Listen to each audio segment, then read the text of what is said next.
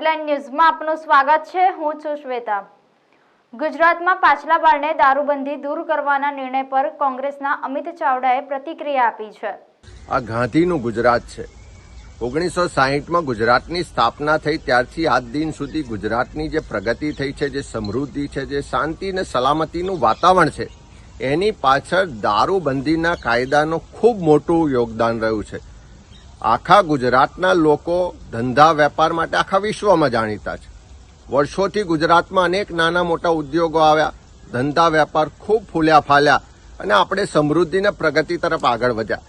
પણ આટલી બધી સરકારો આવી, ક્યારેય કોઈએ એવું ના વિચાર્યું કે ધંધા વેપારને આકર્ષવા માટે આપણે દારૂની છૂટ આપવી જોઈએ।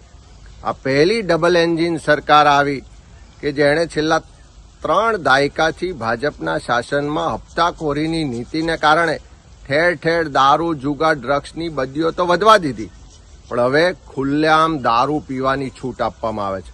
અને એ પણ ક્યાં?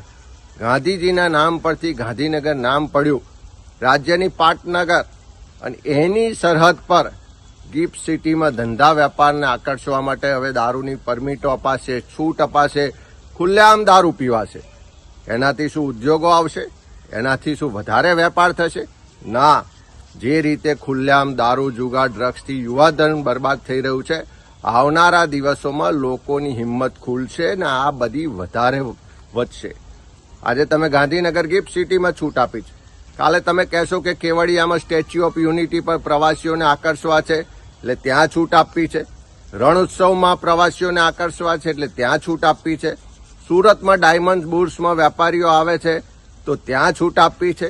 ધીમે ધીમે કરતા પાટલા બારણે આખા ગુજરાતમાંથી દારૂબંધી હટાવવાનું એક વ્યવસ્થિત જે આયોજન છે, એના ભાગ સ્વરૂપે આ ગિફ્ટ સિટીનો નિર્ણય લેવાયો છે। હું માનું છું કે આ નિર્ણય દુર્ભાગ્યપૂર્ણ છે।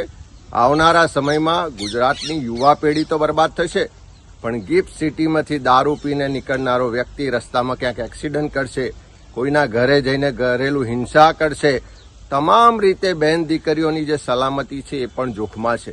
ત્યારે મારી તો સરકારને સ્પષ્ટ વિનંતી છે કે સરકારના મુખ્યમંત્રી મૃદુ ને મક્કમ છે એવી જાહેરાતો થાય, પણ આ નિર્ણય જોતા એવું લાગે છે કે દાદા મૃદુ રીતે મક્કમતાથી દારૂબંધી હટાવવા તરફ આગળ વધી રહ્યા છે, અને જે ગુજરાતના હિતમાં નથી, ગુજરાતીઓના હિતમાં નથી। અને એક એક ગુજરાતીને વિનંતી કરું છું કે આ સરકાર આર્થિક આવકો વધારવા માટે, પોતાના મળતિયાઓને લાભ કરવા માટે, ગુજરાતના ભવિષ્યને બરબાદ કરવા તરફ આ નિર્ણયો લઈ રહી છે। ત્યારે આપણે સૌએ આગળ આવવું પડશે, અને આ ગાંધીનું ગુજરાત છે, અને આ ગુજરાતની અસ્મિતા દારૂબંધી સાથે જોડાયેલી છે। ત્યારે આ દારૂબંધી હટાવવાના નિર્ણયો કોઈ પણ સંજોગોમાં ચલાવી ના લેવાય, એનો આપણે સૌએ સામૂહિક વિરોધ કરવો જોઈએ।